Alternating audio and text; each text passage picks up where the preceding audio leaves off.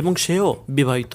ইফাত তার ছেলে হোক বা না হোক, তবে মতিউর রহমানের বিরুদ্ধে অবৈধভাবে শত শত কোটি টাকা আয়ের একটি প্রতিবেদনও প্রকাশিত হয়েছে নতুন কাগজ নামে অনলাইন একটি নিউজ পোর্টালে। সেখানে বলা হয়েছে দুর্নীতিবাজদের একজন ডক্টর মতিউর রহমান। তিনি জাতীয় রাজস্ব বোর্ডের আগারগাঁও কার্যালয়ের সদস্য অর্থাৎ কমিশনার অব কাস্টমস পদে কর্মরত আছেন। সম্প্রতি তার বিরুদ্ধে অস্বাভাবিক সম্পদ অর্জনের বিষয়ে দুর্নীতি দমন কমিশন দুদকে একটি অভিযোগ দায়ের করা হয়েছে। সেখানে শত শত কোটি টাকার সম্পদের কথা উল্লেখ করা হয়েছে। তবে এই বিষয়ে সংবাদ মাধ্যমের কাছে সবকিছুই অস্বীকার করেন ডক্টর মতিউর রহমান। দুদকে জমা পড়া অভিযোগ এবং একাধিক বিশ্বস্ত সূত্র হতে পাওয়া অনিয়মের তথ্য খতিয়ে দেখতে সরজমিনী অনুসন্ধানে নামে সংবাদ মাধ্যম। অনুসন্ধানে আরো নতুন চাঞ্চল্যকর তথ্য বেরিয়ে আসার পাশাপাশি অধিকাংশ সম্পদের সত্যতাও পাওয়া গেছে। প্রশ্ন হলো, কি ধরনের অনিয়ম করে এই পরিমাণ সম্পদ অর্জন করা সম্ভব করেছেন VAT commissioner doctor Motiur Rahman? কাস্টমসের চাকরিতে যেন তার আলাদিনের চেরাগ, এই চেরাগ ঘষলেই বেরিয়ে আসে টাকা। তার সম্পদের বাস্তবতা